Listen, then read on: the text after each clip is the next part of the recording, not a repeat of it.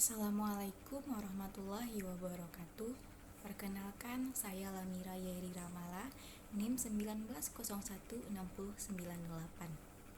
Prodi Pendidikan Bahasa dan Sastra Indonesia dan Daerah. Baiklah semuanya, pada kesempatan kali ini saya akan menyampaikan suatu analisis saya terhadap suatu video yang berjudul memahami konsep dasar administrasi pendidikan. Sebelumnya mata kuliah saya ini adalah mata kuliah administrasi dan supervisi pendidikan yang dipimpin oleh dosen saya, yaitu Dr. Hanif Al-Qadri MPD. Baik, langsung saja saya masuk ke dalam materi.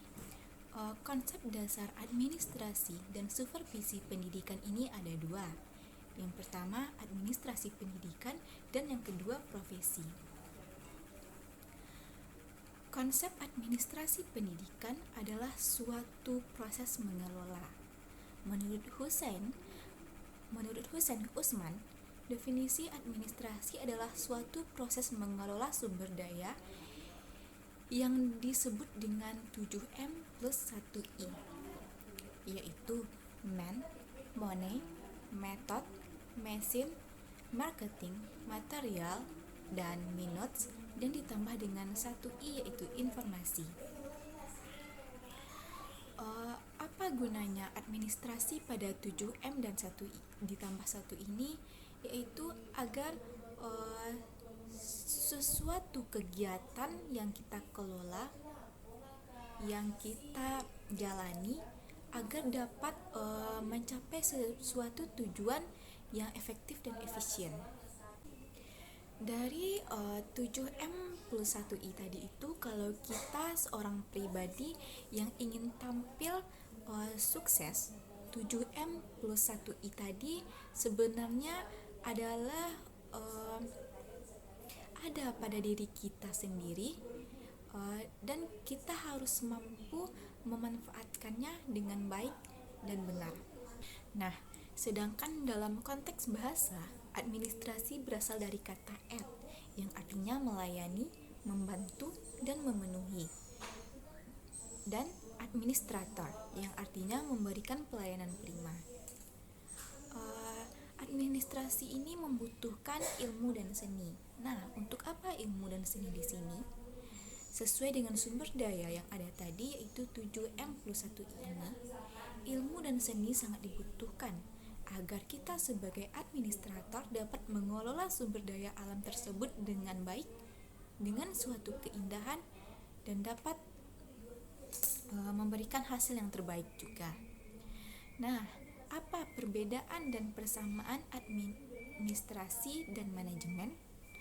Mungkin beberapa orang menganggap administrasi dan manajemen itu sama. Nah, di dalam pendidikan, administrasi yang ada di pendidikan dan administrasi yang ada dalam kehidupan sehari-hari yang telah kita jalani itu sangatlah berbeda. Saya akan memberikan sedikit pengetahuan tentang apa perbedaan dari administrasi dan manajemen. Persamaan dari administrasi dan manajemen adalah suatu pengaturan dan sama-sama merupakan suatu pengurusan.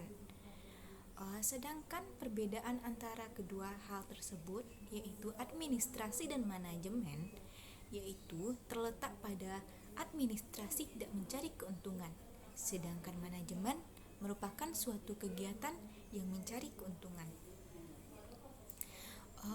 Pekerja pada administrasi ini sering disebut dengan leader atau pemimpin, sedangkan pada manajemen pekerjanya disebut dengan bos. Lalu apa sih perbedaan leader dengan bos di sini? Yang pertama kita akan membahas leader terlebih dahulu. Seorang leader tugasnya bukan memerintah, tetapi melatih. Seorang leader akan memberikan suatu pelatihan yang baik dengan cara yang baik dan tanpa tidak adanya pemaksaan. Selanjutnya, seorang leader tidak akan memikirkan dirinya sendiri. Ia akan mementingkan kepentingan orang lain dan lembaga. Selanjutnya, bos. Apa saja tugas bos di sini? Yang pertama, memerintah.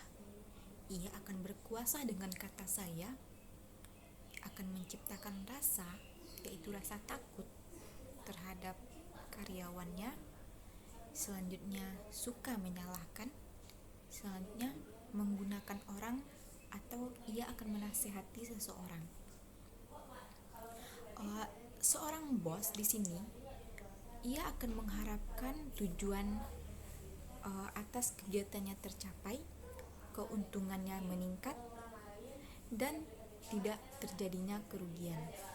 Nah, dari sini kita dapat melihat Anda di sana mau menjadi seorang leader atau mau menjadi seorang bos. Baik, selanjutnya kita masuk ke dalam tujuan dan manfaat administrasi pendidikan. Untuk apa sih kita harus mempelajari administrasi pendidikan ini? Nah, di sini saya akan membahas tentang tujuan dari kita mempelajari administrasi pendidikan ini. Yang pertama, terwujudnya proses belajar mengajar. Yang kedua, peserta didik dapat mengembangkan dirinya dengan aktif. Yang ketiga, memiliki kompetensi manajerial. Yang keempat, mencapai tujuan pendidikan secara efektif dan efisien.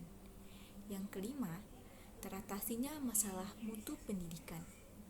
Setelah fungsi dari administrasi pendidikan, sekarang saya masuk ke dalam fungsi manajemen yang harus dilakukan. Paling sedikit minimal ada 4 komponen fungsi manajemen yang harus kita lakukan. Yang pertama, planning. Yang kedua, organizing. Yang ketiga, controlling. Dan yang keempat, motivating. Nah, untuk apa fungsi manajemen di sini? Yaitu terkait pada 7M dan 1I tadi. Melalui planning, organizing, controlling, dan motivating, sumber daya alam 7M dan 1I ini akan dapat terwujud dan tercapai dengan baik, dengan sebaik-baiknya, dengan seefektif mungkin. Nah, sekarang sebelum kita lebih masuk di dalam administrasi pendidikan, kita harus memiliki pengetahuan terlebih dahulu tentang profesi. Apa itu profesi yang kita ketahui? Konsep dasar dari profesi adalah suatu pekerjaan. Tapi jangan salah, tidak semua pekerjaan itu profesi. Contohnya saja tukang ojek. Tukang ojek merupakan profesi, tetapi ia tidak menghasilkan penghasilan. Nah, apa itu sebenarnya profesi? Profesi adalah suatu pekerjaan yang dalam melaksanakan tugasnya memerlukan keahlian, menggunakan teknik-teknik, serta dedikasi yang tinggi yang didapat melalui jalur pendidikan dan pelatihan khusus dalam waktu yang lama. Nah, karena inilah saya mengatakan tadi mengapa tukang ojek bukan merupakan profesi.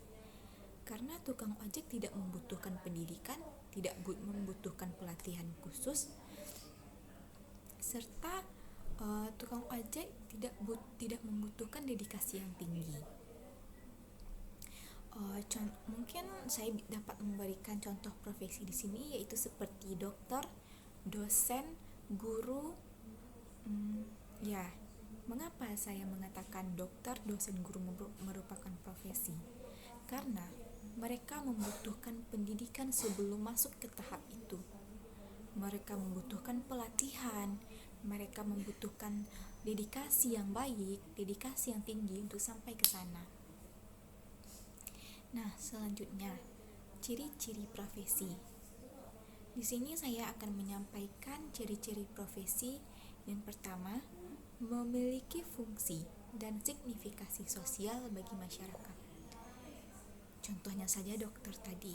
Seorang dokter sangat bermanfaat bagi masyarakat. seorang dokter, seorang guru, seorang dosen sangat bermanfaat bagi nusa dan bangsa. Yang kedua, menuntut keterampilan tertentu. Maksud keterampilan tertentu ini mungkin melalui jalur pendidikan dan pelatihan. Yang ketiga, disiplin ilmu tertentu. Seorang dokter pasti ia akan berusaha memiliki pengetahuan tentang dokter, pendidikan dokter. Dan yang keempat, ada kode etik atau pedoman. Nah, di sini saya katakan tadi mengapa tukang ojek bukanlah profesi, karena ia tidak memiliki kode etik.